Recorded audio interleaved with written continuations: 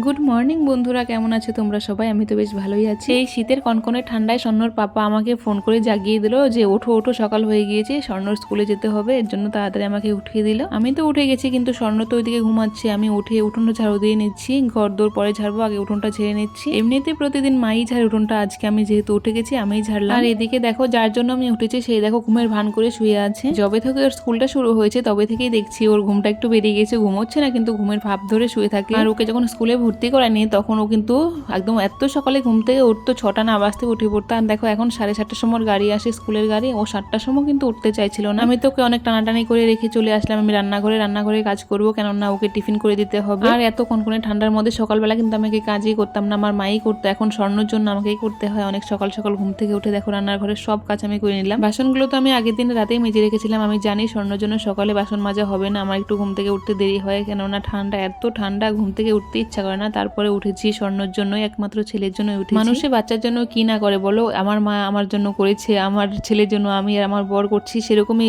মানে প্রজন্মটাই এরকম চলছে। বাচ্চাই ভবিষ্যৎ, বাচ্চার জন্য মানুষে কি না করে। দেখো আমি কত সুখী ছিলাম, এখন ওই সুখটা ছেড়ে গিয়ে ভুলে গিয়েছি। এখন বাচ্চার জন্য ভবিষ্যৎ করতে হবে, তার জন্য আমাকে একটু কষ্ট করতে হবে, যার জন্য একটু কষ্ট করছি। তবে কোনো ফল পাবার আশায় না, এটা হলো কর্তব্য আমার। আমার মায়ের কর্তব্য ছিল আমাকে বড় করা, আমার মা আমাকে বড় করে দিয়েছে। এখন আমাদের কর্তব্য আমাদের ছেলে মেয়েকে বড় করা, যার জন্য কর্তব্যটা পালন করছি। ভগবান দিয়েছে কর্তব্য, কর্তব্য পালন করতেই হবে। সব বাবা মাই কিন্তু চায় তার ছেলে মেয়ের ভবিষ্যৎটা ভালো হোক, ছেলে মেয়ের ভবিষ্যৎটা উজ্জ্বল হয়ে উঠুক।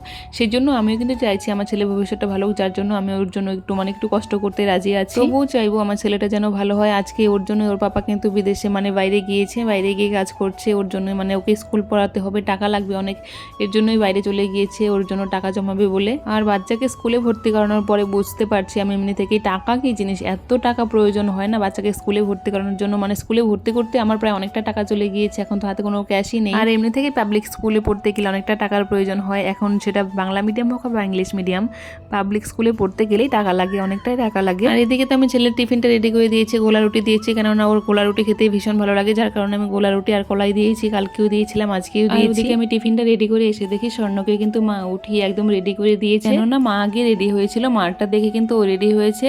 আমার মা যদি যায় তাহলে কিন্তু আমার মায়ের সঙ্গে যায়, না হলে কিন্তু একদমই যেতে চায় না। এদিকে তো মা সবকিছু রেডি করে ফেলেছে, কিন্তু একটা কাজলের টিপ দেওয়া বাকি আছে, সেই কাজলের টিপটা আমি দিয়ে দিচ্ছি। মা কাজলের টিপটা দিতে পারে না, কেননা একটু চোখের প্রবলেম আছে, মা দিতে পারে না, আমি দিয়ে দিলাম। আর দেখো ওর জন্য কিন্তু গোলা রুটি বানিয়েছি, ও কিন্তু খেলো না, একদমই খেলো না। টিফিনে দিয়ে দিয়েছি, সকালবেলা একদমই কিচ্ছুই খেতে চায় না, খালি মুখে কিন্তু ও ডেলি স্কুলে বেরিয়ে যায়। অনেক খাওয়ানোর চেষ্টা করেছি কিন্তু ও খায়নি, জোর করে তো খাওয়ানো যায় না। আর এদিকে চা বানিয়েছিলাম, মা তো চা খেয়ে নিয়ে আবার রেডি হয়ে নিচ্ছে। আর স্বর্ণ তো এত সকাল সকাল খেয়ে অভ্যেস নেই, যার কারণে এত সকাল সকাল খেতে পারলো না। স্কুলে গিয়ে ও টিফিনটা খাবে, যার কারণে আমি টিফিনটা ব্যাগে ভরে দিয়ে দিলাম। আর দেখো ওকে কোলে করে নিয়ে হাইরোডে কিন্তু চলে এসেছি, গাড়ির জন্য দাঁড়াতে হবে, কেননা আমাদের বাড়ির পাশে কিন্তু হাইরোড। আর গাড়িওয়ালাটা বলে এখানে হাইরোডে এসেই দাঁড়াও, আর বাড়িতে ঢুকবো না, এর জন্য আমরা হাইরোডে এসেই দাঁড়াই গাড়ির জন্য। আর বাড়িতে ওকে বলি না যে বাড়িতে নিয়ে চলো গাড়িটা।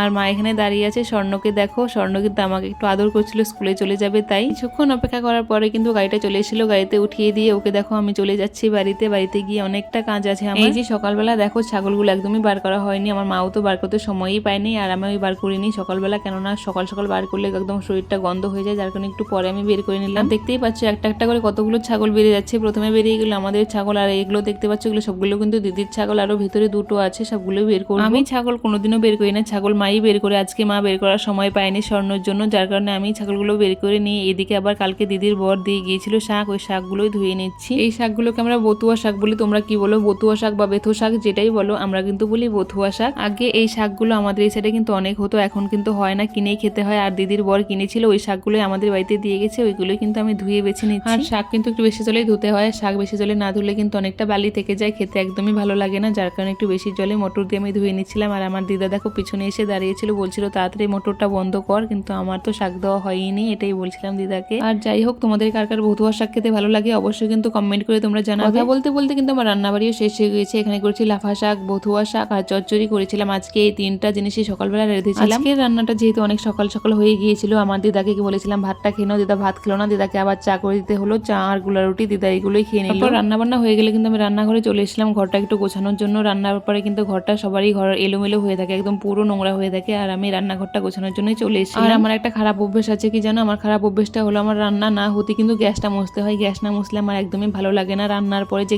মানে গ্যাসের উপর যে তেল চিটচিট করে ওই জিনিসটা আমার একদমই ভালো লাগে না। আর এদিকে দেখো হাফ রান্না হয়ে গেছে, এখানে কিন্তু আমি গ্যাসটা মুছে নিলাম। গ্যাসটা মুছে নিয়ে পরিষ্কার করে এসে দেখি দিদাও কিন্তু বাইরে কাজ করছে, আগের দিনের বাসি কাপড় চোপড়গুলো শুকোতে দিচ্ছে। রোদ তো নেই বললেই চলে, তার মধ্যেও কিন্তু আমার দিদা কাপড় চোপড়গুলো শুকোতে দিল, মানে হাওয়ায় হাওয়ায় যদি শুকায় যার জন্যই দিয়ে দিল। আর সকালে এত কাজের চাপ, দেখো কাজের চাপে কিন্তু আমি বিছানাটাই গুছাতে পারিনি। বিছানাটা এখন গুছাচ্ছি, প্রায় 9টা বাজে, এখন বিছানাটা আমি গুছিয়ে নিচ্ছিলাম। আর এখন এত পরিমাণে ঠান্ডা পড়েছে, দেখো আমি এতগুলো লেপকাতা গায়ে দিই তারপরেও কিন্তু আমার ঠান্ডা লাগে। ঘর গোছানোর পর একটু পরে দেখি 10টা বাজে, তখনই কিন্তু আমার ছেলে আর মা চলে এসেছিল, বাড়ির সামনে গাড়ি নামিয়ে দিয়ে গেল। আর দেখো ছেলে কিন্তু একদম স্কুল থেকে এসে একদম খুশিতে ভরে গিয়েছে। আমার মাও হাসছে, স্কুলে কি করেছে না করেছে সবগুলোই বলছিল। আমি যেদিন ওকে প্রথম দিন স্কুলে নিয়ে গেছিলাম ও শুধু কিন্তু কান্নাই করেছিল। আর দেখো যেদিন থেকে মায়ের সঙ্গে স্কুলে যাওয়ার চোখে কিন্তু কোনো কান্না বা কিচ্ছু নেই, ওর চোখে মুখে শুধু হাসি আর হাসি। কেন জানি না আমার ছেলেটা কিন্তু আমার থেকে বেশি আমার মাকেই বেশি ভালোবাসে। যাই হোক ভালোবাসে বাসুক, তো কি হয়েছে, এতে কিন্তু আমিও ভীষণ খুশি। যাই হোক আমার মাও কিন্তু সেই ছোটবেলার জীবনটা ফিরে পেলে স্কুলে গিয়ে বসে থাকতে হয়। আর এদিকে দেখো আমার দুষ্টু ছেলেটা স্কুল থেকে আসতে না আসতে ও দুষ্টুমি শুরু হয়ে গেছে। মা স্কুলের ড্রেসগুলো খুলে দিয়েছে। আর এদিকে আমি খেতে বসেছিলাম, খেতে বসে ওকে একটু দেখলাম দুষ্টুমি করছিল, তাই একটু ভিডিও করে নিলাম। খাওয়া দাওয়া শেষ করে আমি কিন্তু চলে এসেছিলাম বাজারে। বাজারে এসে আমি এদিকে দেখি আমাদের বাজারে হাটখোলায় হচ্ছিল কীর্তন, সেখানে একটু কীর্তন শুনতে চলে এসেছিলাম। কীর্তনটা শুনতে কিন্তু ভীষণই ভালো লাগছিল, যার কারণে আমি বাজারে ঢুকতে আমি বলেছিলাম আজকে একটু কীর্তন শুনে যাবো। আর এখানে এসে আমি দাঁড়িয়ে দাঁড়িয়ে একটু কীর্তন শুনলাম, কেননা বসার টাইম নেই। আর একা একা এসছি না, বসতে কেমন জানি লাগছিল, সবাই মানে অনেকজন এসছে বসেছে,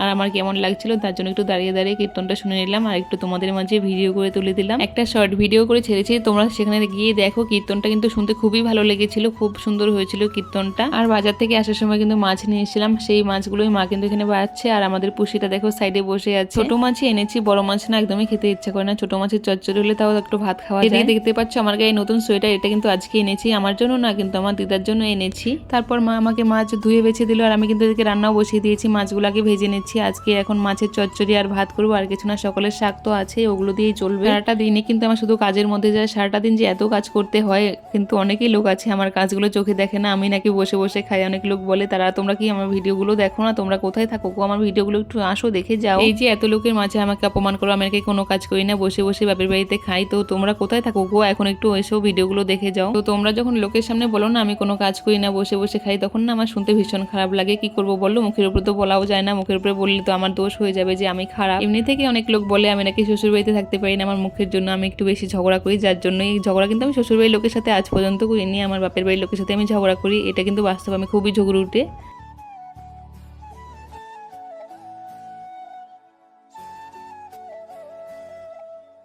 তবে আমার শ্বশুরবাড়ির লোকেদের সাথে আমি কারোর সাথে ঝগড়া করিনি, আমার বরের সাথে করেছি। আমার বরের সাথে কিন্তু আমার ডেলি ঝগড়া হয়, এখনো হয়, ও দূরে আছে তবুও কিন্তু আমার ঝগড়া হয় ওর সঙ্গে। আর বরের সাথে ঝগড়া হবে এটা তো স্বাভাবিক, বলো, বরের সাথে ঝগড়াও হবে, এখনই ঝগড়া হবে, এখনই মিশে যাব, তো বরের সাথে ঝগড়া করা ওটা কোনো ব্যাপার না। দেখতেই পেলে আমি রান্নাবাড়ি শেষ করে আমি চলে এসেছিলাম আবার স্বর্ণকে খাওয়ানোর জন্য। এই যে আমার আধ ঘন্টা বসে থাকতে হবে, এই ডিউটিটা কার কার হয়, আমি আশা করি প্রায় সব মায়েদেরই হয়। এই যে একটা ধৈর্যের পরীক্ষা, প্রায় আধ ঘন্টা তো কমন, মানে আধ ঘন্টার উপরে কোনোদিন কিন্তু 1 ঘন্টাও চলে যায় স্বর্ণ কিনে আমার খাবার নিয়ে বসে থাকতে হয়। আজকের রান্নায় কিন্তু আমাকে দিদা হেল্প করেছিল, দেখতেই পেলে দিদা আমাকে সবজিগুলো বানিয়ে দিয়েছিল, সবগুলো সবজি দিদাই বানিয়ে দিয়েছে, আর আমি শুধু বসে বসে রান্না করেছি, মশলা করেছি আর রান্না করেছি। আর আমার মা মাছগুলো ধুয়ে দিয়েছে, দেখতেই পেয়েছিলে। আমার মা আর দিদা কিন্তু আমাকে যদি হেল্প না করতো আমি কিন্তু এত তাড়াতাড়ি রান্নাটা শেষ করতেই পারতাম না, ওদের জন্য আজকে রান্নাটা আমার তাড়াতাড়ি শেষ হয়ে গেছে। আর এদিকে দেখো স্বর্ণকেও খাওয়াচ্ছিলাম আর আমি নিজেও খাচ্ছিলাম, স্বর্ণ থেকে বেশি কিন্তু আমি নিজেই খেয়ে নিয়েছিলাম ভাতটা। আর এত টেস্টি হয়েছিল না মাছের চচ্চড়িটা, তোমাদের বলে বোঝানো যাবে না। আমার কিন্তু এখনো ভিডিও করতে গিয়ে এখনো জিভে জল চলে আসছিল। স্বর্ণকে খাওয়াতে গেলে অনেকটা ধৈর্যের প্রয়োজন হয়, সেই ধৈর্যটা না আমার নেই, যার কারণে আমি নিজেই খেয়ে নিচ্ছিলাম। বন্ধুরা আজকের আমার এই ছিল ভিডিও, কেমন লাগলো অবশ্যই জানিও। Thank you.